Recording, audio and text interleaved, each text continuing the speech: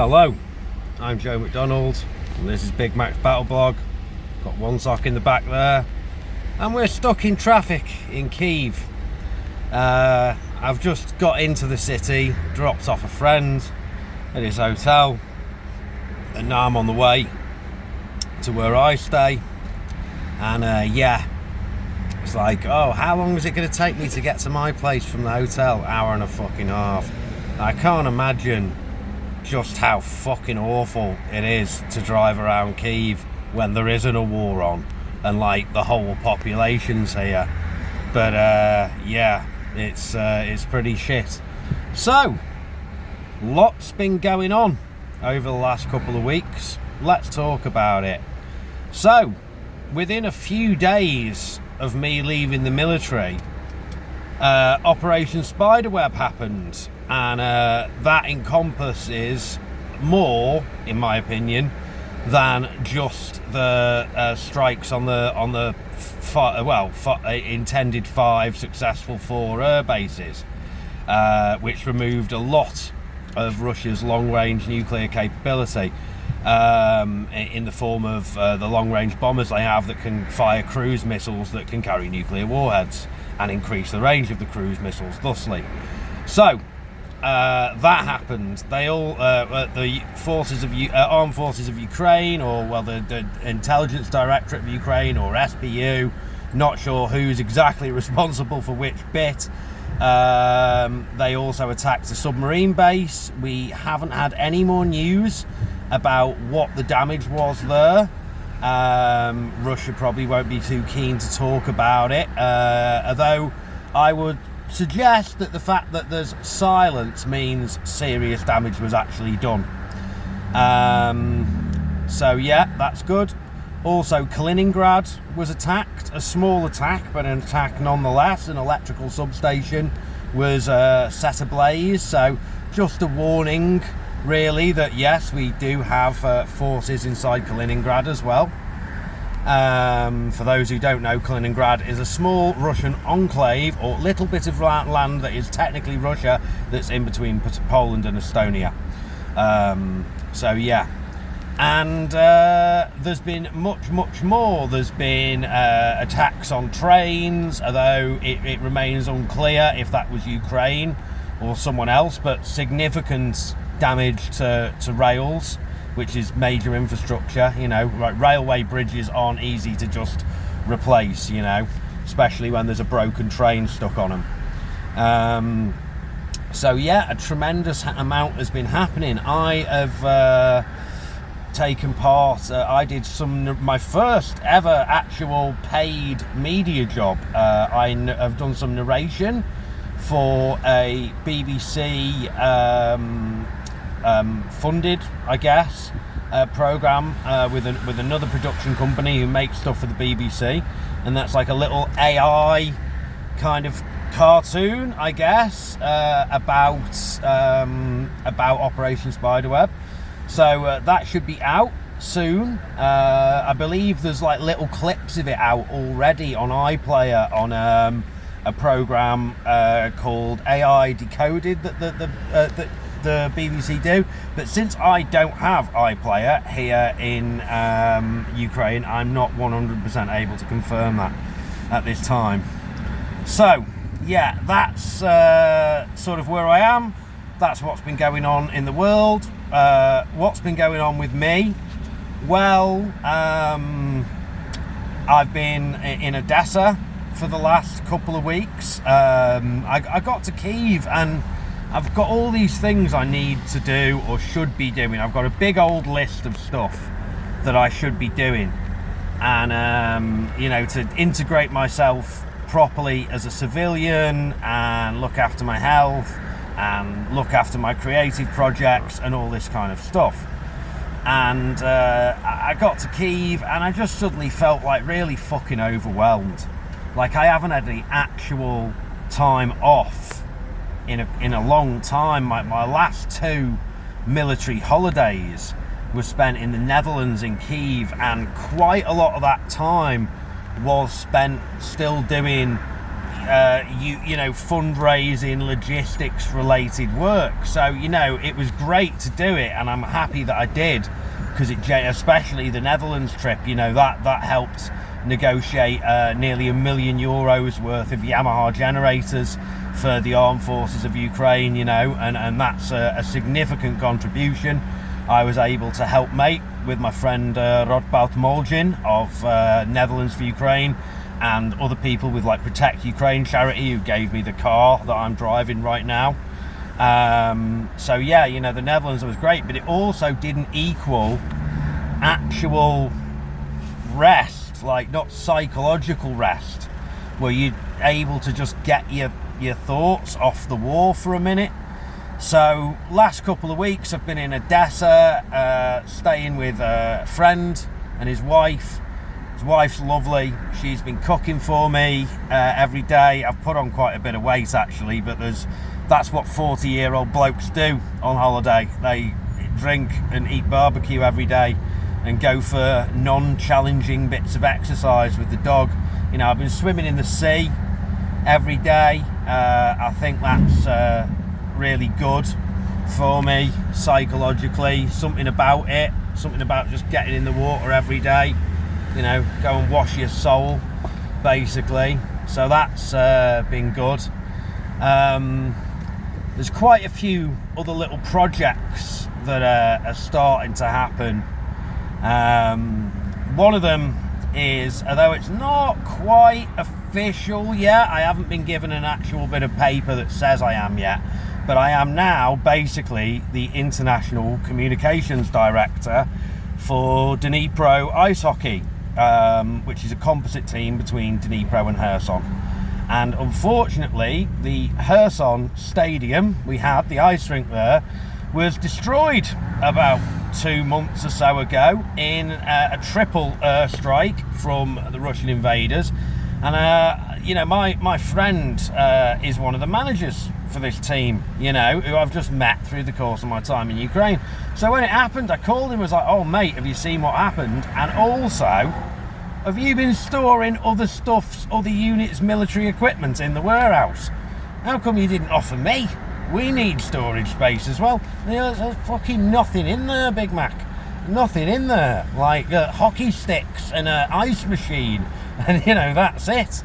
So now the club is sort of moved to Kyiv for the training and upcoming season.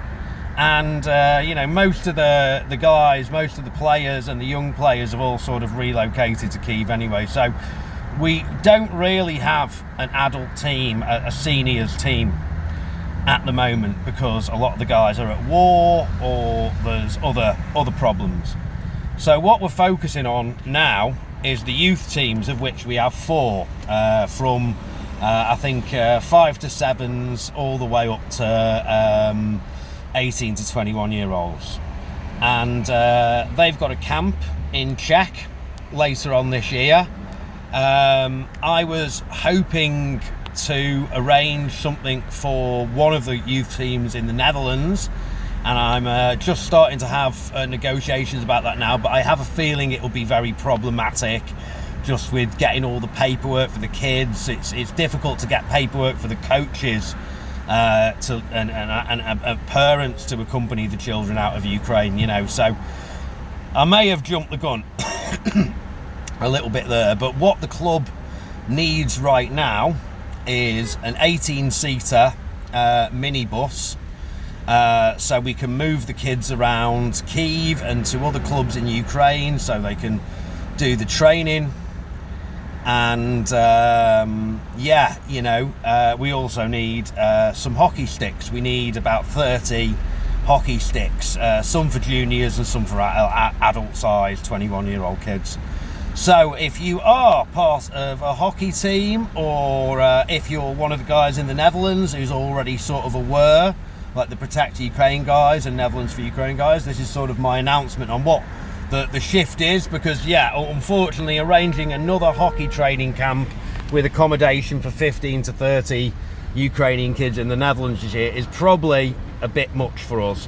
But getting a bus so the kids can train in country and some sticks so they can train in country as well. Obviously, can't play hockey without sticks.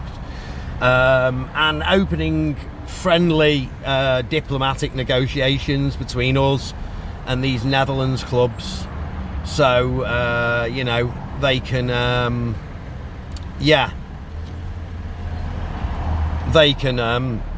in the future or maybe next season arrange a trip to the Netherlands, or maybe after the war. Continue straight to stay on E95 MO1. Thank you, love.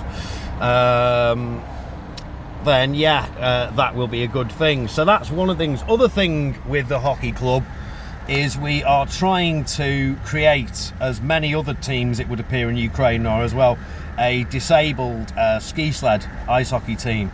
So if you are part of one of those teams or the manufacturers for that sort of equipment, and you feel like you'd like to help out Dnipro Ice Hockey, please do get in touch with me through my PayPal, email, or write me something in the comments and leave me a way to contact you, or contact Dnipro Ice Hockey directly. So yeah, that's what we're focusing on at the moment. The first priority is making sure the kids team have got transport and sticks, making sure this camping check goes well, although that's all organised already, and trying to at least, you know, improve the quality of these children's lives and the ability to play sports during wartime. So yeah, a bit off topic for Big Mac's Battle Blog, considering, you know, I've very openly been like, give me money and I will buy drones and we'll smash the Russians with them.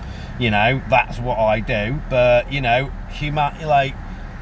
humanitarian stuff is also important, and I've helped kill an awful lot of people over the last 2 years, so like doing something nice I think is important for me as well. So yeah, kids ice hockey team and adults disabled ice hockey team, two focuses there. Other thing is I've become preliminary informally involved with a mental health organisation called Viburnum. It's run by Ukrainians, and you know, I'm just sort of conversing, and I don't even know if consulting is the right word, with them about the program they want to do. So yeah, they're looking to raise funding to basically, you know, host a bunch of guys going through like a couple like at a kind of a camp, you know, in Spain or Portugal, somewhere like that, of veterans who have been released from service, so they're free to leave Ukraine, but have suffered psychological damage during the service and want to seek some treatment for it. And it's pretty, you know, clinical. I wouldn't say it's very, you know, based in traditional psychology, but it isn't clinical, and it doesn't really do what I see as the classic American approach, which is pretty much find Jesus and God of choice and here's some pills. You know, I don't think that sort of thing really helps anyone, and it seems different to that. So I am going to continue to cooperate with them and see where it goes. My own mental health, I'm finding, is pretty okay at the moment after leaving service, but I'm definitely, like, there is a reel of stuff that flashes through my head way more often than I would like, and I'm, you know, obviously just trying to like move forward with my life and do useful stuff. I've had some rest, now it's time to start trying to accomplish more than one thing a day again. But yeah, it would be good if I could get the horror reel and the stressful experience reel to stop. You know, oddly enough, some of it's not even war related. Want to know a little trick about how to cope with war accumulated post-traumatic stress? Just have had loads of it in your normal civilian life before you went to war, and it barely touches the fucking sides, I'll tell you that.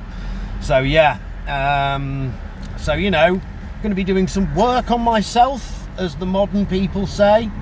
And yeah, hopefully that will lead me to be like a happier person who's, you know, more capable. Continue on E95 for 1.5 kilometers. It's great of her to tell me that again. Just keep going straight. Yeah, you know.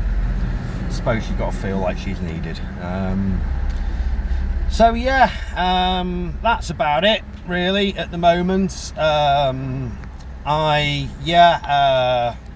Hopefully I'm going to be doing some more stuff with the media soon, and you know, maybe trying to start like a little career as a narrator. It appears that like lisping plastic scousers can actually get paid for that kind of work in this day and age, so who am I to complain, you know?